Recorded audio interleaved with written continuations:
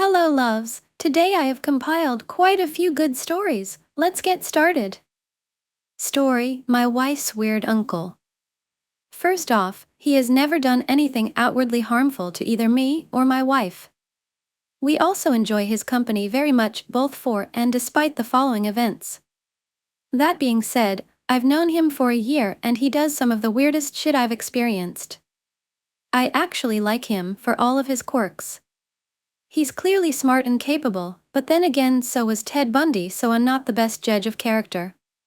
Here's a short list of my favorite moments witnessed by me or told to me by my wife. On holiday in a small camp by a lake, I wake up to him howling Native American chants and bird calls. On his own. By the water. To nobody. At 8 a.m. He's white. At dinner I asked another relative if frogs are farmed for their legs or wild caught. Carmichael, fake name, took this as an opportunity to speak at length about Vietnamese frog farms. Lasted a good 10 minutes of unbroken dialogue explaining that the frogs taste like shit because they feed them literal shit. The whole thing was bizarre and surprisingly not racist. He bought a new leaf blower. It's summer. I hear it at least 5 times a day. We aren't near any trees and his deck is at most 12 foot x 6 feet. I have no idea what he's blowing. None of us do. My wife was hanging out with her other uncle in his cabin. Carmichael lets himself in, walks past them without a word and goes into the bathroom. He's in there a couple of minutes and leaves without a word. They stop him and ask what he was doing and he said, "My pants were inside out." His cabin is 30 feet away. He also has a new jet ski. Nobody knows where he got it from. He also refuses to tell anyone where it came from and acts like we just asked him what his favorite flavor of dog shit is when we try to ask. Then he fucks off on it for ages without elaborating. I respect it. He found out that there is a ship horn on the dock. He let us know about it in the way you can imagine. It's a horn designed to signal freighters. It is the opposite of quiet. Quiet no longer exists. I miss quiet. At a potluck, me and my wife sat down with our plates so she could introduce us to more family. He sits down with us and asks to say grace. I play along because I'm not an arsehole, but once he says the prayer he just gets up and leaves. We are all very confused, but at least my burrito was cleansed of sin. At another dinner he asks me what my diet regime is like. I had lost some weight. He then proceeds to tell me that he's been following paleo really strictly as I watch him buttering a roll and eating it. I am yet to ascertain if he was fucking with me or not. Less funny and more just mental, he also lost his driving license for going on a bender and driving down the wrong side of the freeway. My theory is he has the jet ski because rivers don't have lanes. He caught a fish. I came to check it out in the fish prep hut. He yells at me to not come closer repeatedly as if I was in grave danger. I get closer and it's 2 little bass about 12 inches each. He then shows me how to fillet it and he's actually very good, although I'm nervous seeing him with a knife. He then chucks the guts into the river despite multiple signs saying not to because it attracts otters. I like otters. I'll give him more fish in the future. At the camp, a car pulls up. A woman gets out with her baby. Carmichael takes the baby into the lake and baptizes it and hands it back to the woman. The woman leaves. None of us know who she is and Carmichael isn't a minister. Also, the lake now has fish guts in it. He just now drove his car to the dock to go to his jet ski. His cabin is 20 meters away. He sped as fast as he could. It still would have been quicker to walk. Apparently you people wanted more. I asked around camp and gathered what I could. There is too much for one post according to them, which has me both intrigued and terrified. Carmichael is to be loved. Carmichael is to be feared. Carmichael is to be studied for science. I made a comment about my wife pissing like a horse. As mentioned in the comments of my last post, Carmichael works with horses, although nobody knows that for certain. He then tells us about the longest piss he's ever seen a horse take, but gets held up on the specific length of time. He takes out his phone and opens up a note where he has various times he has taken of his horses pissing. When I asked why he has that, he said it seemed important at the time. I don't know if he estimates the time before counting, or if he is watching intently for the moment they begin. I'm not sure which is worse. Carmichael comes down to a fire we having going carrying a big pot full of ice. He puts the pot on the fire. We ask why and he says I don't trust the drinking water here. The water he used came from the faucet. It's the same water. Apparently when he was in England, he went to post something in a mailbox. He had new packet of cigarettes in his other hand when he left. When he came back, he still had the letter but no cigarettes. Carmichael had posted his cigarettes. Carmichael has one holiday decoration. He somehow got his hands on a skeleton from a doctor's office. It isn't real, but it looks it. For Halloween it's fine, but for Christmas he puts a hat on it, and for Thanksgiving he puts a set of fancy dressed turkey wings on it he found in a thrift store. I don't know what he does for 4th of July, but I'd assume it is explosive. Speaking of explosive, one of Carmichael's fish died. We didn't know he had fish. He invited us around for a funeral and it seemed important to him, so a few of us came. He decided to do a Viking burial by putting the fish on a little raft he made and telling us it is rigged to set on fire. What he didn't tell us was he used tannerite and it exploded. It wasn't a massive explosion, but it scared the shit out of us. I don't even know if there was a fish on there. If there wasn't afterwards. More explosives. He somehow got his hands on some small fireworks that resemble dynamite, but not actually, thank Christ. Him and a buddy, in the middle of the night, lighted in the fireplace inside the house only to realize that they now had a lit explosive in the house. According to them, they went to the front door but decided they didn't want to wake up the neighbors, then ran to the upstairs bathroom and, out of the toilet, the sink and the bathtub they chose to throw it into the empty bathtub, blowing a giant bastard hole into it. At no point did they think to try to put it out. Nobody was hurt except the tub. Babysitting a young relative, I think around 10 to 12, some Jehovah's Witnesses came to the door. The relative, I don't know who they are, big-ass family, opened the door and they started their lecture about how the world could be everyone smiling and forcing a leaflet into the kid's hand.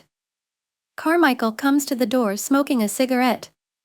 He takes the leaflet, takes out his lighter, sets the leaflet on fire, hands it back to them and shuts the door in their face. Honestly, this isn't even weird, it's just based as fuck. Another Jehovah's Witnesses story, and how he was blacklisted from their door-knocking route. They came to his door, gave their talk, different group years later, and he invited them in. Apparently they were there for 2 hours discussing theology.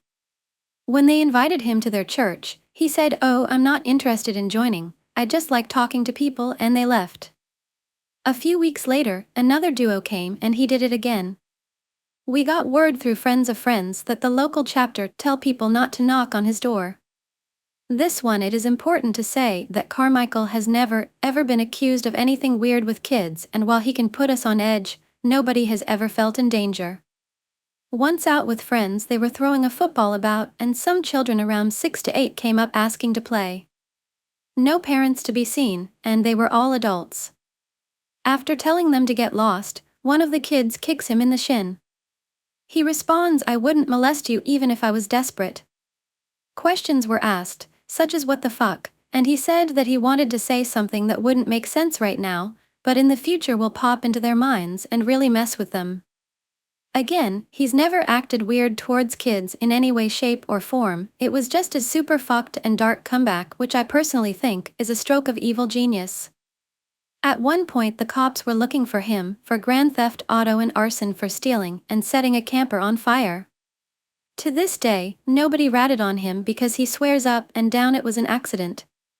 How one accidentally steals a camper and burns it to the ground is a question for greater minds than me, but considering the stuff he tells us he actually did, we all believe him. He once claimed the earth was flat. We asked him about how the stars and sun and moon and so forth would work. He then goes, I guess it isn't flat, and never mentioned it again. Similar thing with the moon landing, he claimed it was a hoax. Someone sent him the Mythbusters episode on the moon landing. He texts back, "Cool, we went to the moon." When I heard these two stories in conjunction, I'm almost certain he was just fucking with us to an expert level. A more wholesome one, he has some innate ability to get anyone talking about anything. One time he dropped by a relative's house while their new girlfriend was home. By all accounts, this new girlfriend was stuck up, into astrophysics, and didn't have time for anyone.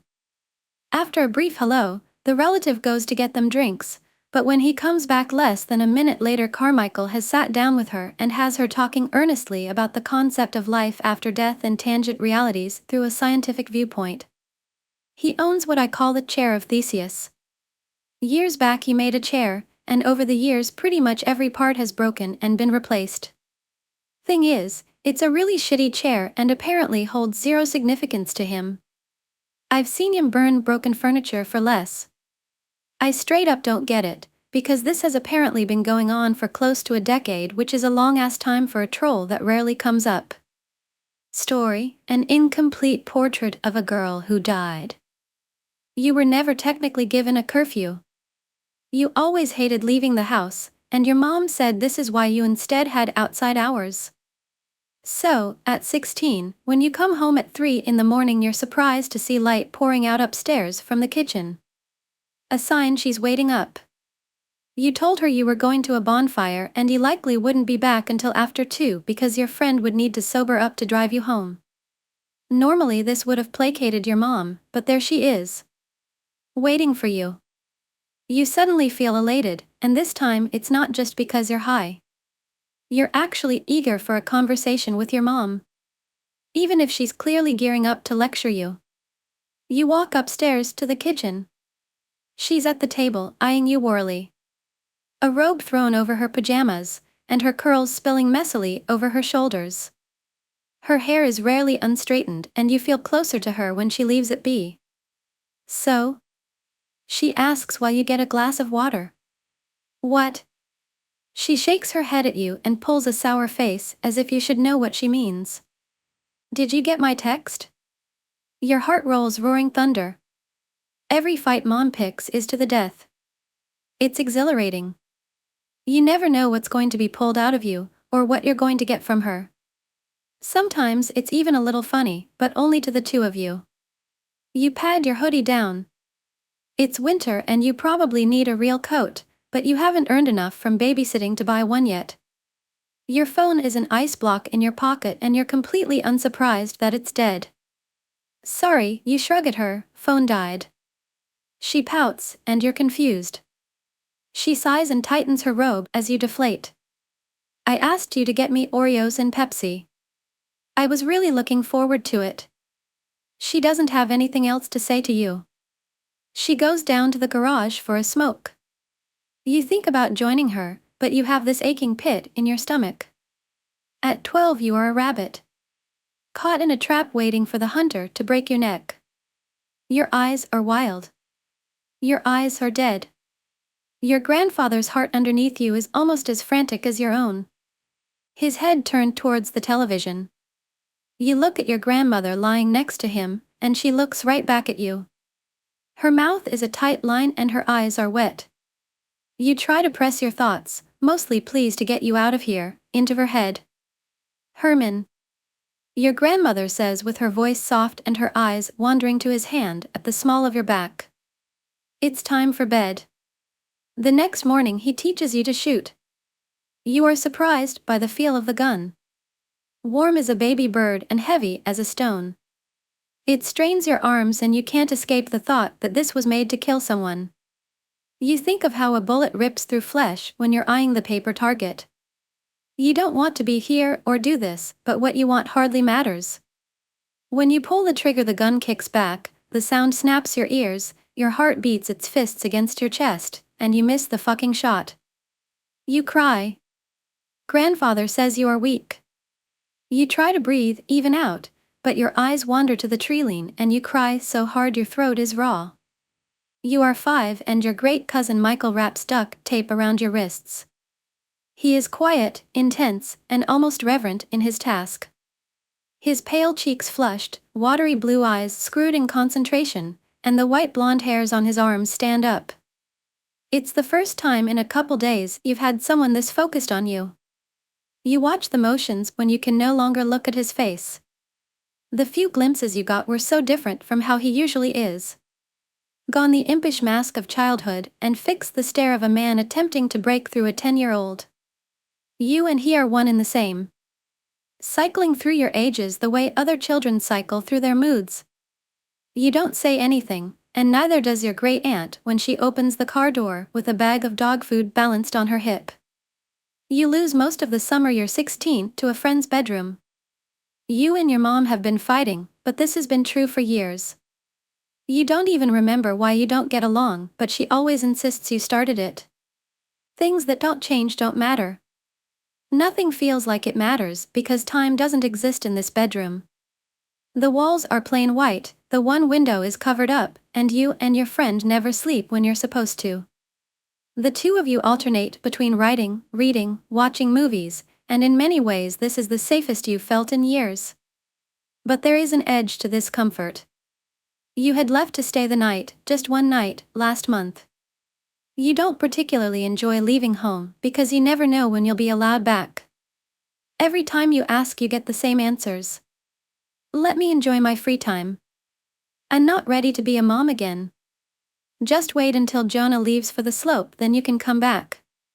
You have not asked to go home in a week. You will not be asking anytime soon. You don't usually have anything to say when you're told no anyways. Your friend's mom does eventually, after 2 months, grow tired of being expected to raise someone else's kid. Your mom still doesn't pick you up.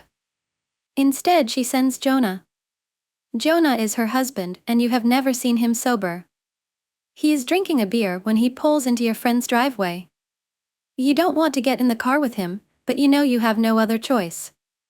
Your mom was pretty clear that if you don't get in the car with him you'll have to figure out your own place to sleep or ride home.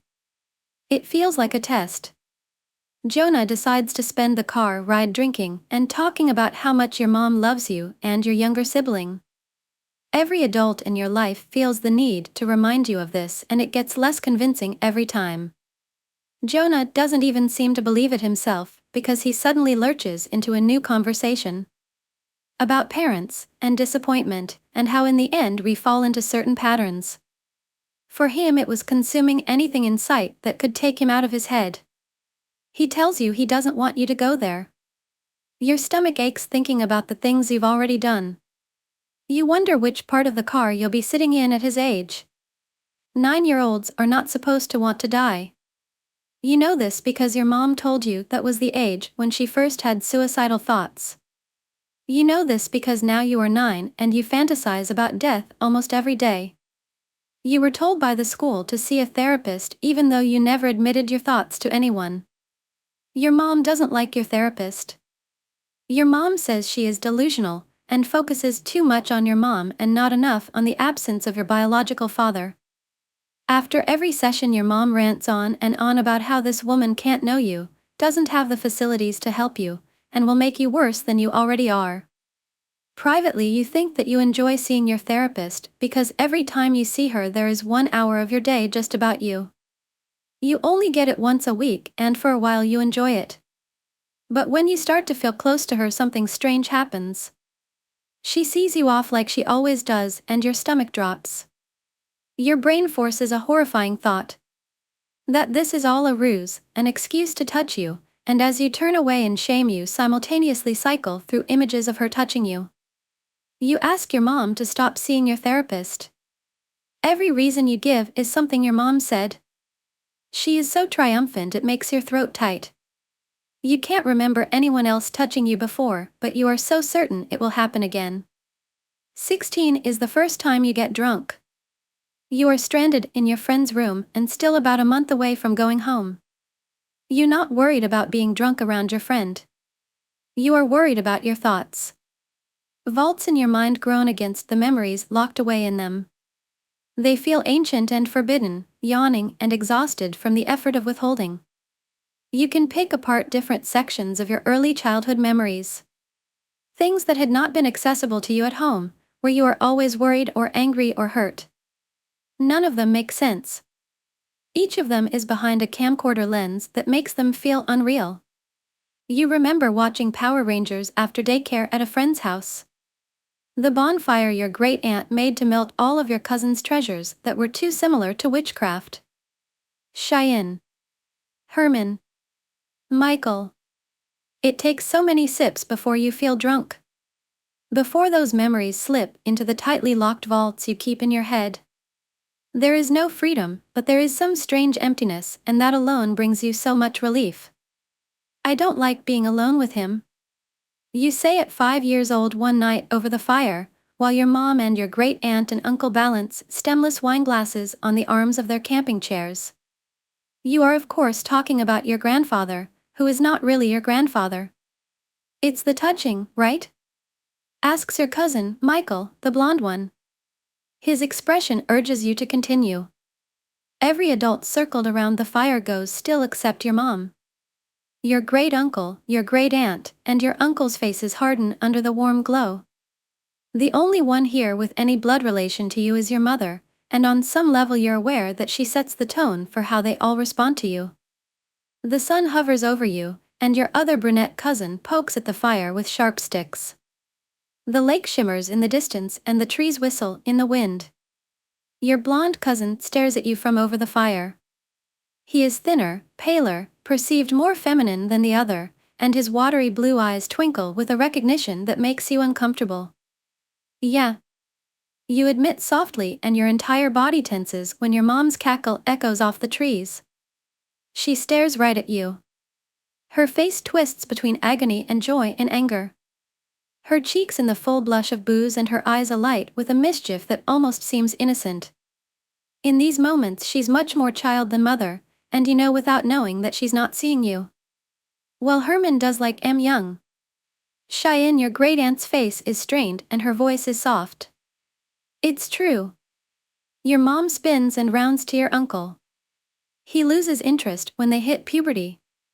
She says something else, and no matter when you try to recount it, the moment is lost. Your great-aunt tries to shush your mom and your uncle walks away without saying a word.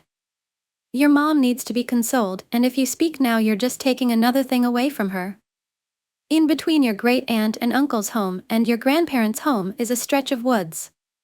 They made a path illuminated by Christmas lights. At night you dream of this stretch.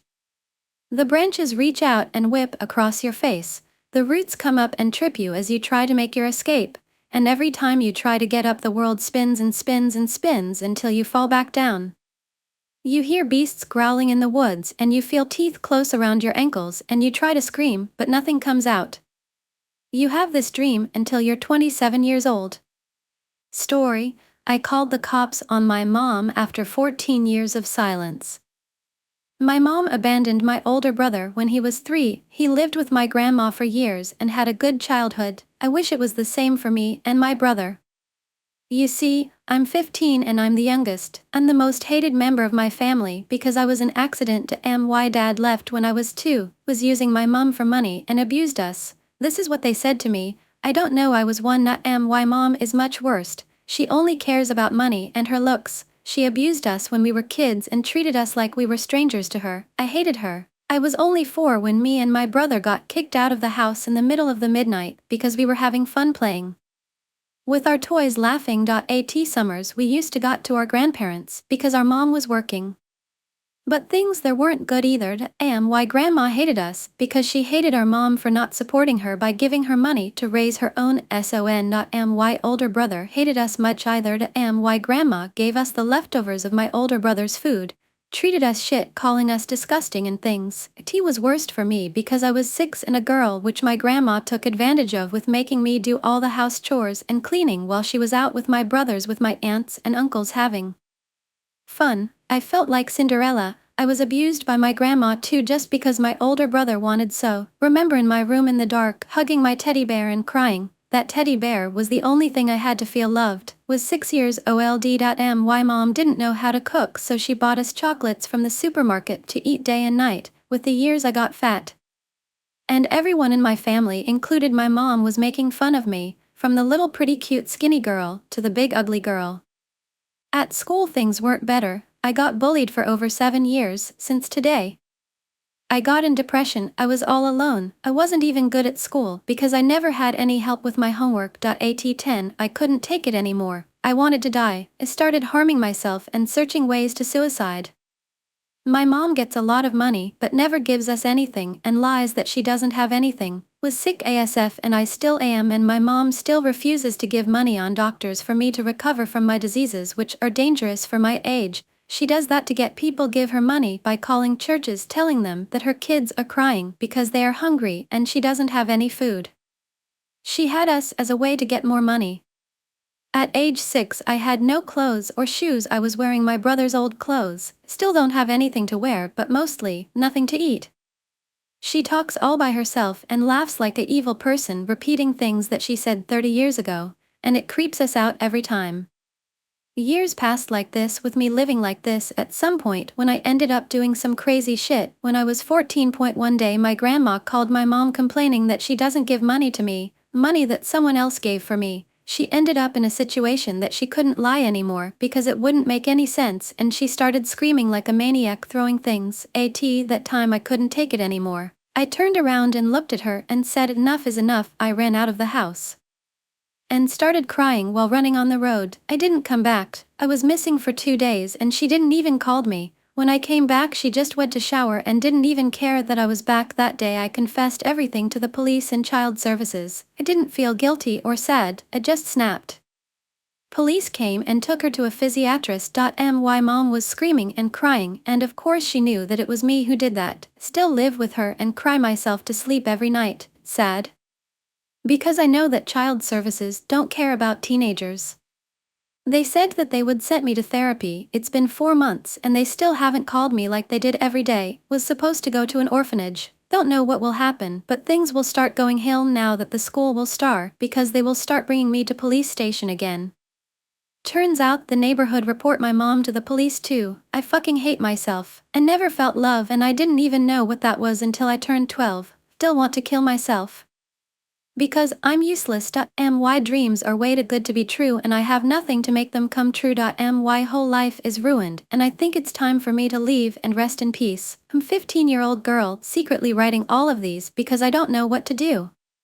Story: the weirdest thing after a traffic accident. This true story happened in southern Thailand in the late 2019, few months before the world has turned upside down with the pandemic and all. And I was driving north in my 2014 Chevy Cruze that felt new and pristine up to that fateful day. A renegade motorbike slid down neatly under the front bumper of my car, like tucking your shirt inside the pants. It happened so fast that even my mom, who was sitting in the front passenger's seat, did not fully comprehend what happened, despite of my several attempts to explain to her. We were traveling on a 2-lane country road with only 1 lane available for either direction of the traffic, when a silver car, a Nissan Almera of a recent model, from the opposing traffic hit the brakes to avoid hitting someone or something, but the motorbike that was immediately behind the silver car had failed to avoid the collision. The motorbike hit the driver's side of the silver car, and it ejected its rider into the middle of the road before falling on its side and traveling few yards, into my side of the road. I did manage to bring my car into a full stop just before the wheels of the motorbike went under the front bumper in a small thud. It felt less than a collision, and more of plugging a wire into an electrical outlet. A lot had happened in the next few minutes. My mom was frantic and in the "I told you so" mode. She hysterically blamed me for driving too fast and too recklessly. The driver of the silver car decided to move her car into a nearby gas station. And I saw an ambulance staff running on foot to the unconscious rider in the middle of the road. I was shushing my mom, telling her that the accident was not my fault, and I tried to commit the license plate of the silver car into memory because I thought that it was fleeing from the scene, and I was puzzled of how quickly the first responders managed to reach the unconscious rider long before I could. All at the same time. It turned out that the ambulance happened to be there and en route to a nearby sport/school event, and the ambulance crew were having a brunch break when the accident took place right in front of them. Meanwhile, the driver of the silver car decided to move her car, and she parked it at a nearby gas station 10 to 20 meters/yards away. Please don't ask me why the duck she did that, because this is not the weirdest thing to happen on that day. My mom couldn't help herself but shouting stuff like "You hit that poor boy," or "The boy is dead because of you." And to most people, a different story was being told, that somehow I was driving recklessly and I hit the motorbike in a head-on collision that made the rider fly high into the air some 2 to 5 meters/yards ahead of my car. And the fact that my mom was accusing me of being reckless did not help at all.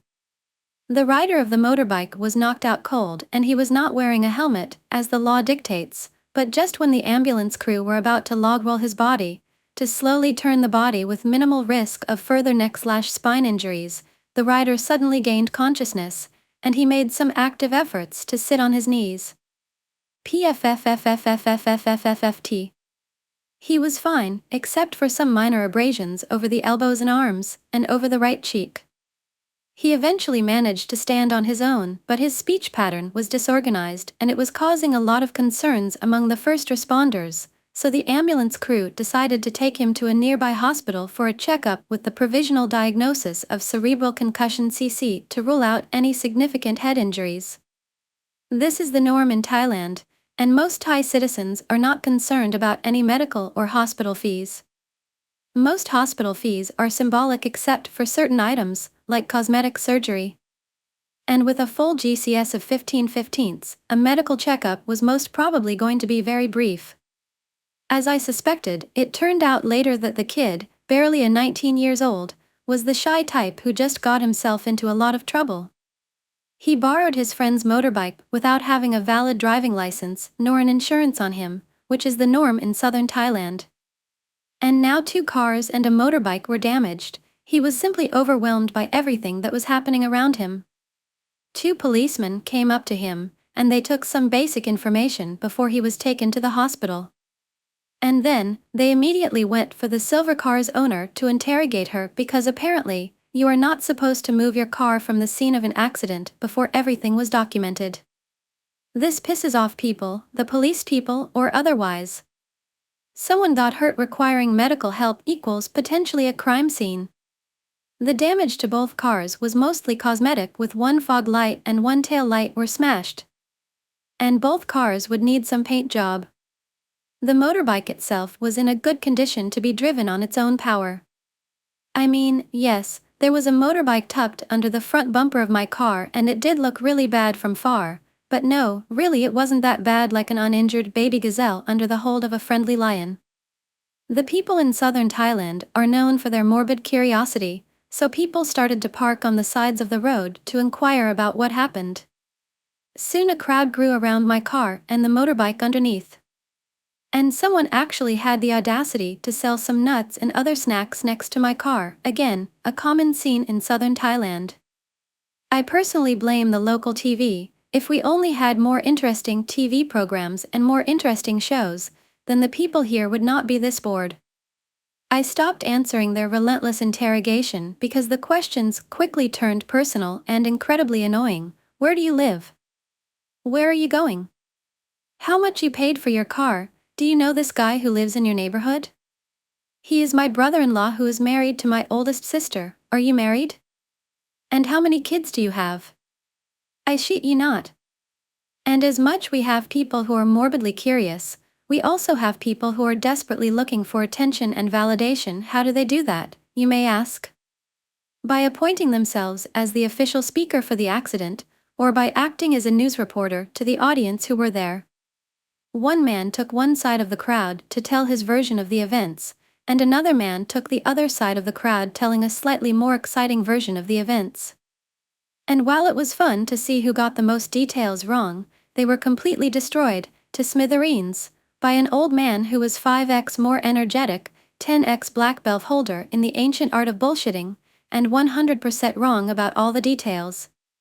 He quickly grabbed everyone's attention. He used sound effects of explosions from his mouth and he even ran across the road to add some action into his already compelling story. And he was probably 50 or 60 years old. He was truly impressive.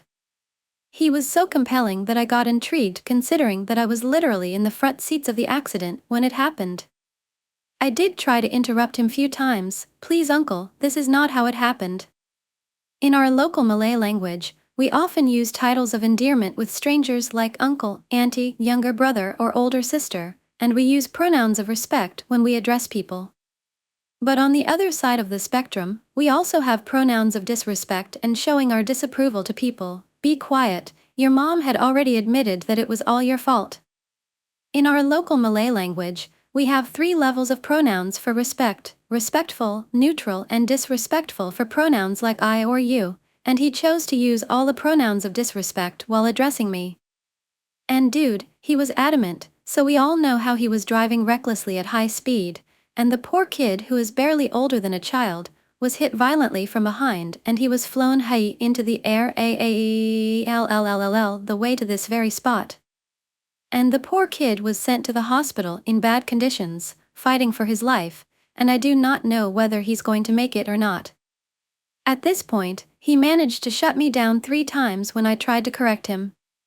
And he started to have these crazy eyes despite the fact that he was older, shorter, and much smaller than me. And the fact that even my own mom was not 100% sure of what really happened had discouraged me from asking for her help. So there I was, standing miserably next to my, no longer pristine, car with arms crossed over my chest, and looking far at the 2 policemen and the woman driver of the silver car with dissatisfaction. That is when they finally started walking towards my car. I didn't know it at the time, but they were trying to transfer the dashcam video from the silver car into their phones to prove that the female driver had to make an emergency stop as some random kids ran chasing each other right in front of the silver car. They eventually gave up and simply pointed their phone camera at the small screen of the dashboard. This is why they took their sweet time to finally get to my car.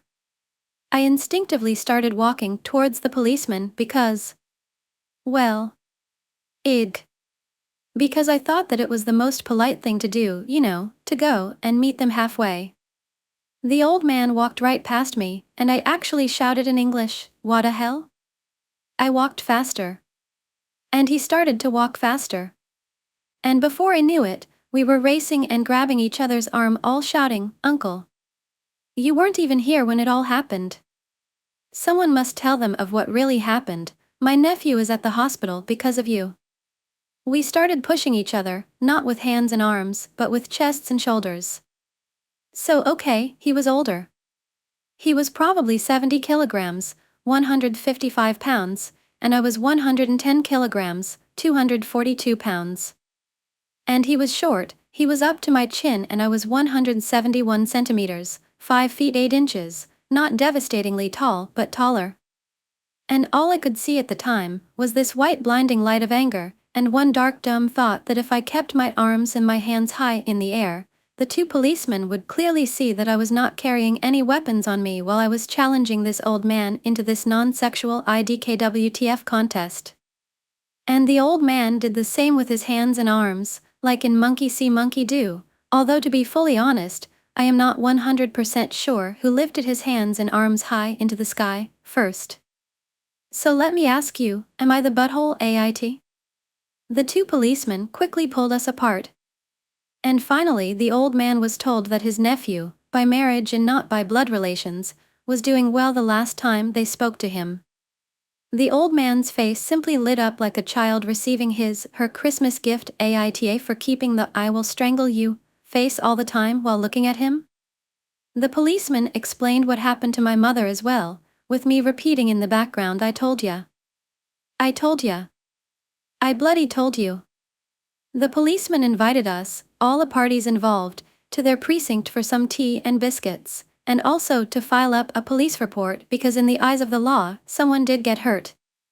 And within 60 to 90 minutes, the 19-year-old kid, the rider of the motorbike, came in with his parents and with the real owner of the motorbike, all apologetic and all smiling awkwardly. The police had determined that it was the kid's fault for driving too close to the silver car in front of him, and he was ordered to pay for the repairs. He was also given a fine for not having a driving license, which was a modest fine and essentially a slap on the wrist. So there we were laughing, and we were about to leave, when the silver car's driver announced suddenly and right out of the blue, from the kindness of her big heart, that she will bear some of the responsibility for the accident, and that she will help the 19-year-old kid with the cost of the repairs. And almost immediately, all eyes turned at my mom and I.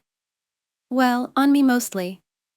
A moment of silence went by, all eyes on me, before I sheepishly answered, "Oh, how generous of you." I will.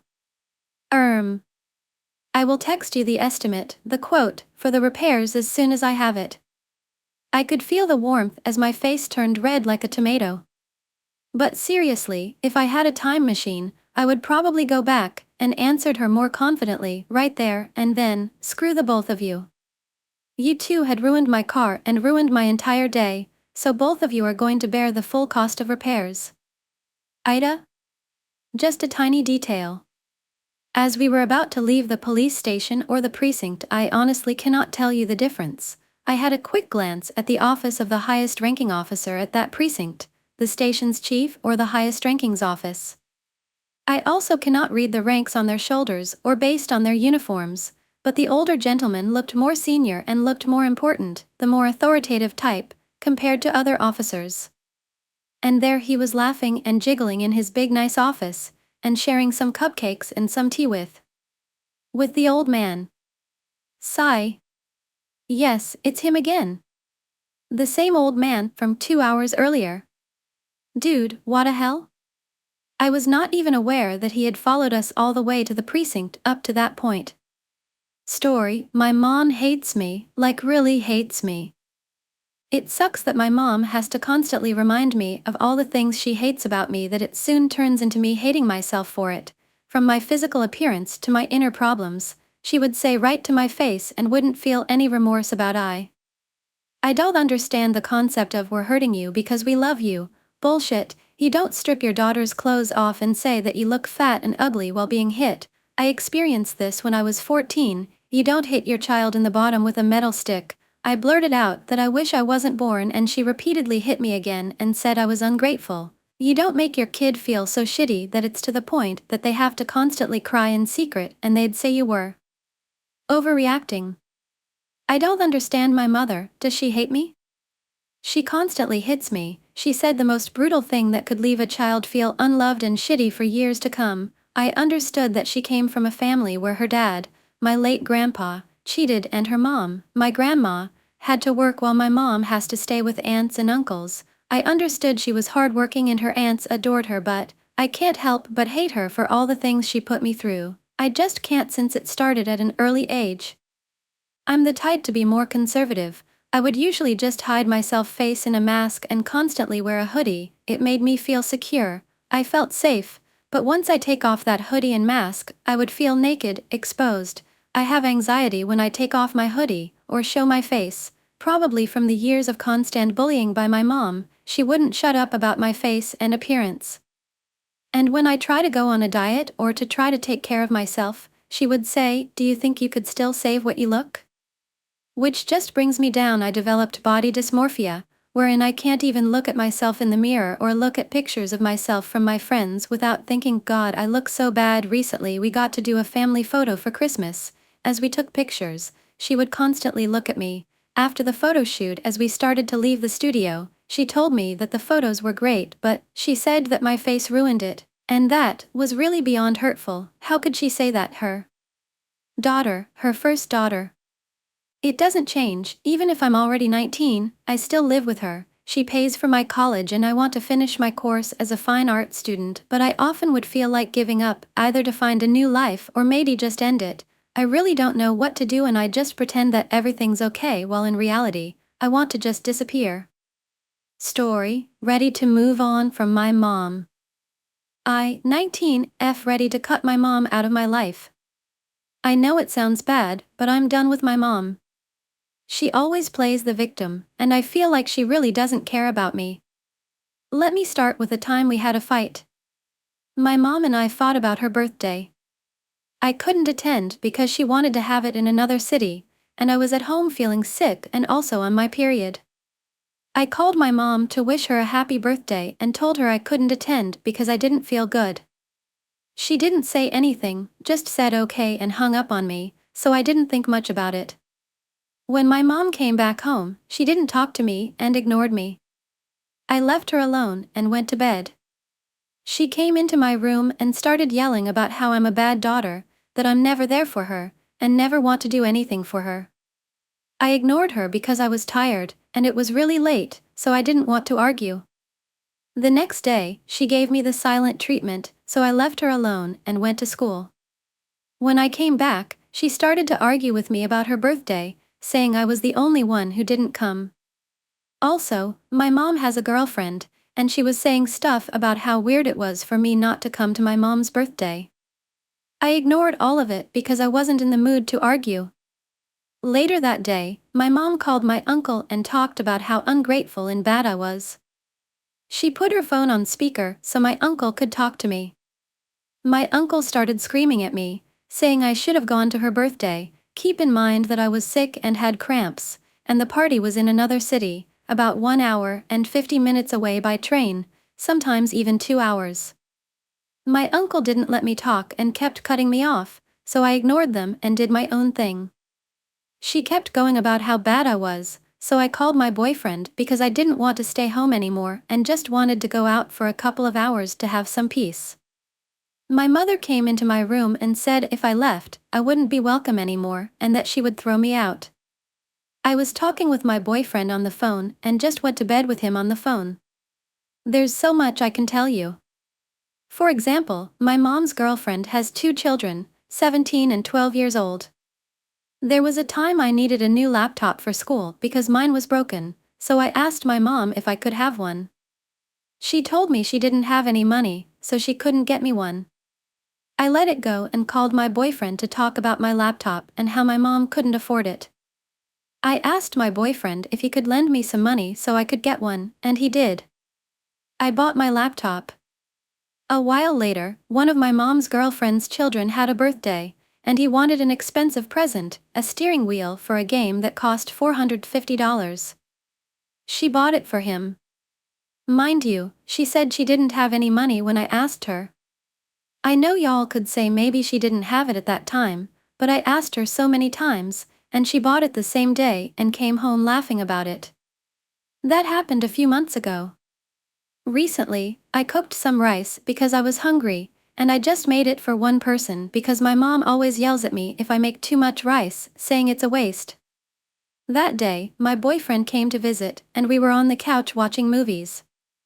My mom came downstairs and started screaming about why I didn't make enough rice. I ignored her because my boyfriend was there, and I was a little embarrassed. She kept talking about how bad I was and saying I was selfish. She also talked about my boyfriend in front of him, saying he wasn't welcome anymore. My boyfriend is the sweetest person and always kind to my mom, helping her a lot. I felt bad for him when she said all that. My mom also wished I was dead or that she had aborted me. I started crying, and my boyfriend hugged me, making me feel safe for a moment. When he left, I went to my room as fast as I could and went to bed. I'm always outside at my boyfriend's house or my best friend's house because there's always a problem when I'm home with my mom, and I don't feel like staying home. I don't feel safe at my own house. I'm writing this because an hour ago, my mom came into my room and told me she was leaving for a couple of days because I'm a bad daughter and she doesn't understand why I'm like this. I was just in my room watching some TikToks, so I looked at her confused and asked what I did. She raised her voice, saying I'm bad, ungrateful, and treat her like sh*t, asking what she did to deserve this. I was so confused because I didn't do anything, didn't even raise my voice. I hate it here and hate that she always says those things. I'm not even bothering her and never asked to be born. She also wishes that if I have kids, they treat me wrong and that karma gets me because I treat her wrong. I don't get what I'm doing. My mom is a hypocrite, narcissist, and manipulator. Story, just sharing my story. I am a young man at my 20s, but it always bothers me that the earliest memory of my childhood memories, the first time I started remembering things, was my maternal uncle beating me for some reason, the same uncle that will fill my memories with living hell, he was in his high school at the time, staying at our house in the vacation, but little did anyone know what he did to me, my sister and cousins. Every morning I remembered getting beaten for being sleepy while I was being used as a sexual toy by him, being forced to submit to satisfy his desires, and my dad once registered us in the karate lesson. He was also there to use me every day, everywhere and every time. Being young, I didn't understand what was I doing and why was he doing this for me, but fearing his rage I didn't say anything about it, until I was beaten up, until my face swelled up so bad that my eldest sister took notice that I was beaten by him, but I was so afraid to confirm that it happened. I was afraid of being beaten to death by him, so I couldn't muster any little courage that I kept denying it, saying that I simply fell on my face while being in the bathroom. But my mom knew that something was off, but since I was tight-lipped about it, she couldn't know what was going on. But after investigating my cousins, she knew what was going on, but she was pregnant, so she left it to my maternal grandfather after informing him if what is going on, who came fast in the night and took him in the car, beating him up while I was poking my head from the window seeing him get beaten. I thought that maybe it's all good right now, I can live a good time like any other child. And I did, at least for some time, until my mom gave birth to my youngest sister, and they had to put us in a place until things are handled in the hospital. I was terrified knowing that they are going to send us to my maternal grandmother for the night, because I knew that he will be waiting for me to beat me up, but everyone failed to notice the fear on my eyes. Being busy with my mother, I gave up to fate, knowing what's gonna happen to me. It was the time to go there and face him. I got there, and after greeting my grandma, he dragged me away, saying to her that we are going to play football. He was playing football by himself, then asking me why did I tell them, but I kept silent. Then he started kicking the bowl to my head endlessly, where I was just crying and feeling desperate for help. Then my grandma came for help, but she was old and fragile and didn't know about the story, so she just told him to stop. Ever since that time I gave up on saying anything to anyone, feeling betrayed by my family that failed to notice, so I just gave up to reality to continue being sexually assaulted by him and be forced to watch porn every time, making me a disgusting porn addict. For 6 more years by that time, he seemed to stop sexually assaulting me, but he kept hitting me so hard whenever I made a mistake, but my family didn't fight back for me and just stopped him. Years later I graduated from college. I'm still hating him. He doesn't dare to lay his hands on me now, and they said that he's a retard and can't really be blamed, and that he turned a new leaf. Maybe they are right, actually it's true, but I can't find peace knowing that he is living the best of his life after what he did to me. Even though he apologized, I just had to play along because I'm so disgusted to hear him apologize to me. I'm still suffering from being a porn addict and having trouble to control myself. I feel that I might find peace in his death. I might not be able to fix my life, but I think that I can find my peace. I keep thinking about why did I have to live a hellish life? Should my father, who spent all his time out of the house, have noticed and saved me, I might have been saved. Or should I blame my mother, who was careless about it? But I can't find myself to blame her since she always supported me. But why didn't she notice? Or should I blame myself for not standing up for myself instead of waiting for others to help? In the future I will get married, hopefully, and I vowed that I will never let my kids live the life that I lived. I will give them what I didn't have, and make sure that they know that their father isn't someone to be missed with his family. Story: The best days of my life. A little backstory. When I was 10, my parents divorced. My mom had drug problems by then, and my dad cheated on her. I don't know which caused which. I don't know if the family court was so exceedingly against men that they rather gave me to my drug addict mom than let my father take me, or if she managed to hide it. But there we were. A single mom raising a boy. Meanwhile, my brother was taken by my dad at my mother's request. The next 4 years was the worst years of my entire life. My therapist said, bury it in the past and pile good memories on them so they may never be seen. So I am not going into any details about it. Instead, I will write based on the title. The best 2 days of my life. The day that she died and the day of her funeral. I had a nice long sleep, which was already odd. Usually she woke me up early, but not this time. I don't know why, but I felt somehow better than usual. For many hours I was just having fun in the house. Then I heard her telephone ring, and I was exceedingly scared. But the phone just rang and rang. I carefully opened her door and saw her lying on the bed, surrounded with some empty syringes, and not moving.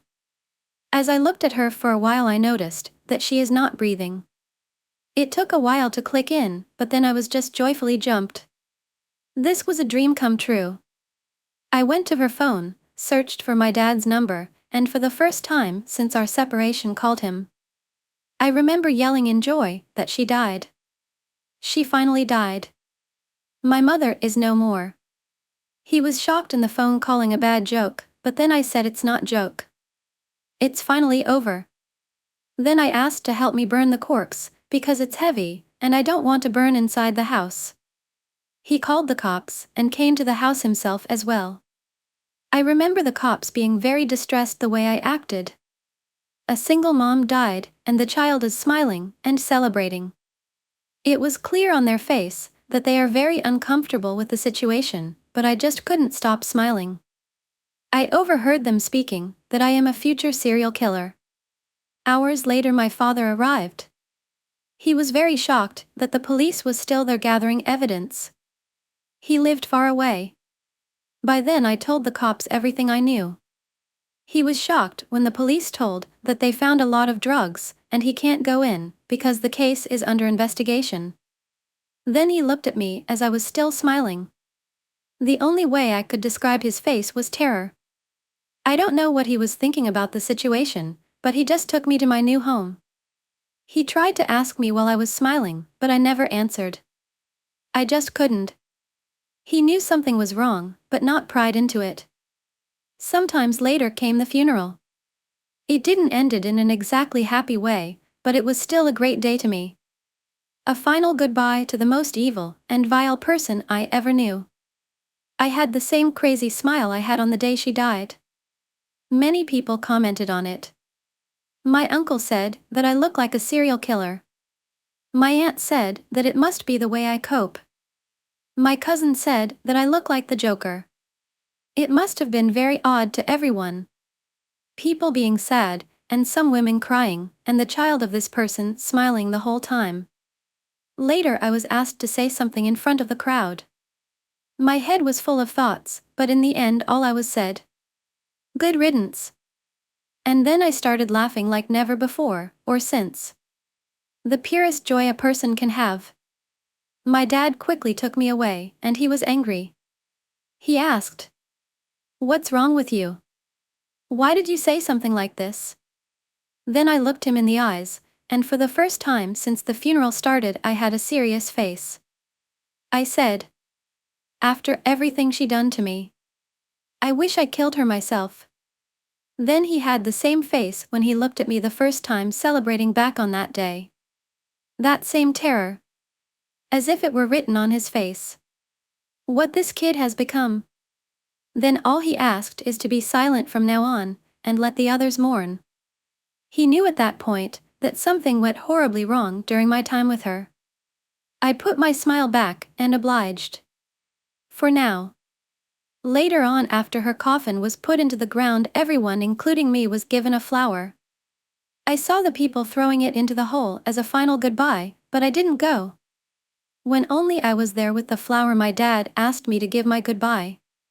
I walked up to the grave and looked down. Then I turned around to the crowd and yelled, "She does not deserve this.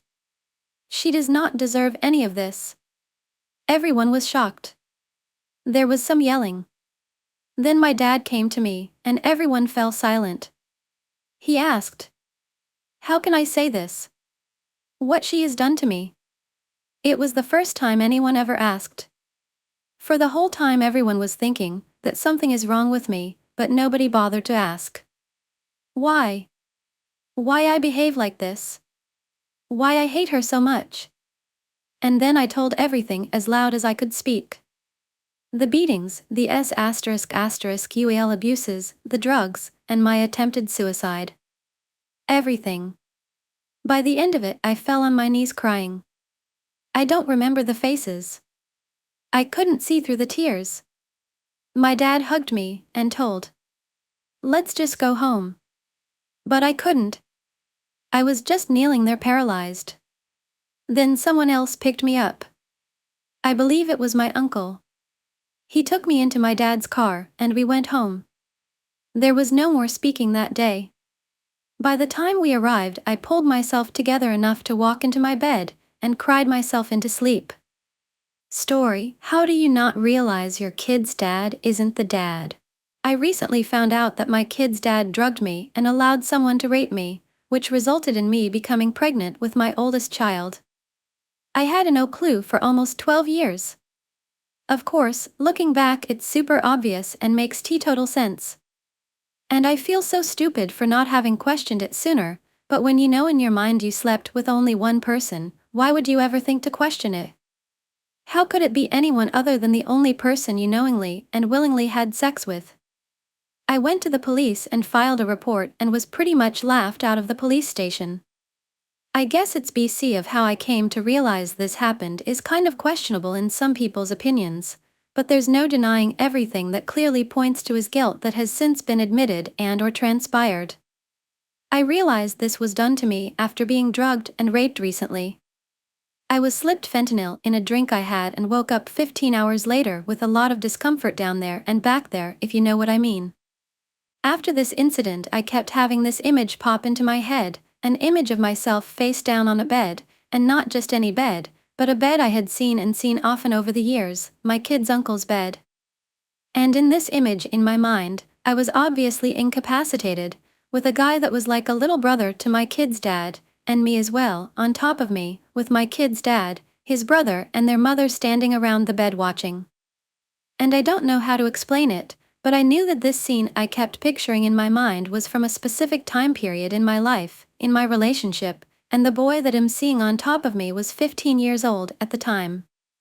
Which was especially upsetting, that I was picturing this happening in my mind, and it just kept coming up in my mind. I don't know how else to explain it. For the first month, I was trying to convince myself that I was insane for thinking about this. Why would I even think about something like that? But when I couldn't stop seeing it in my mind's eye, I started thinking, man, my oldest doesn't look anything like her younger siblings, who both look exactly like their dad. In fact, she doesn't look much like him at all. Holy crap, she actually looks like this kid that was 15 at the time, that practically worshipped the ground my kid's dad walked on. WTF, she could be twins with his legitimate daughter he had once he got older, and then things that him and his family had said and done over the years that I didn't really think much of at the time, now take on whole new meanings knowing this is most likely what happened. I haven't been able to do a DNA test yet. Even longer story of nasty custody battle for younger two and dad refusing to let me see or speak to any of my kids.